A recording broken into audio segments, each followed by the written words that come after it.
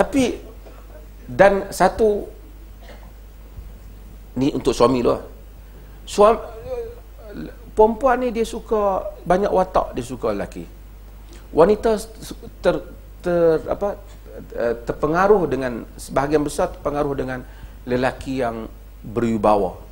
Sebab tu lecturer ni kalau yang style sikit kan, mengajar anak-anak buah dia, yang ni student ni, dia mudah jatuh cinta, dia tak abang lah kan.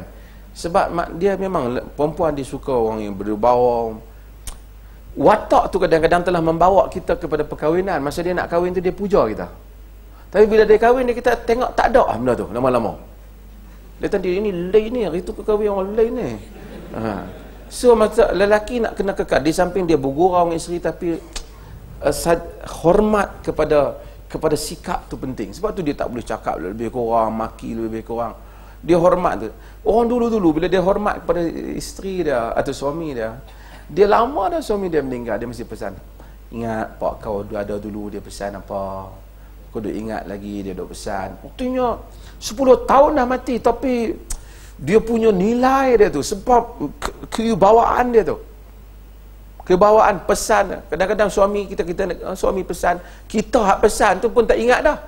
Isteri kita ingat, saya tak buat dulu abang pesan jangan, kerana wibawa. Maka suami dia nak kekalkan diri supaya orang, isteri dia akan rasa inilah suami aku bangga. Yang kalau dia pergi satu majlis, saya suka kata pergi majlis, orang tanya mana suami, ada tu, mana, tunjuk, malu nak tunjuk. Terus macam tu kan, kita leceh lah. Mana tu, ada tentu, yang mana satu, baby tu saya tahu.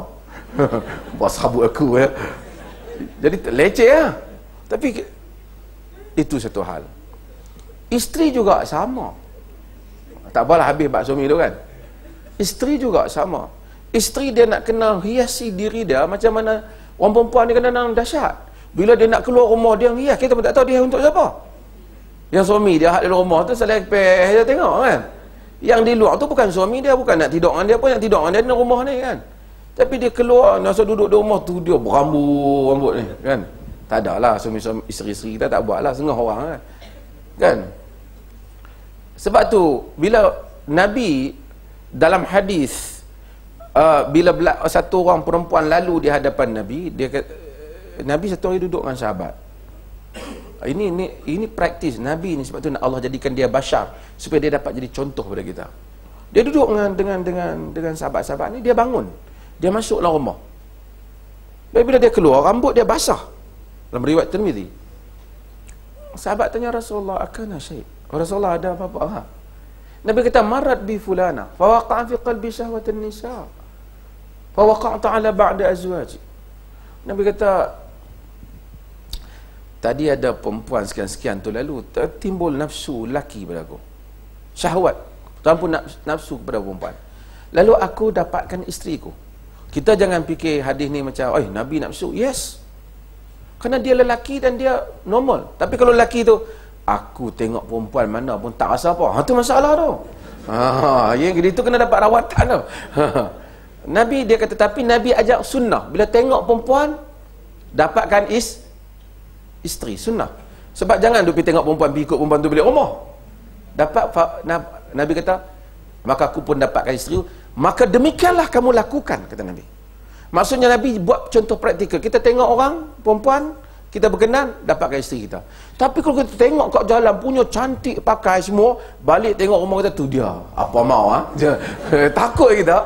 Jadi tidak memenuhi tujuan perkahwinan.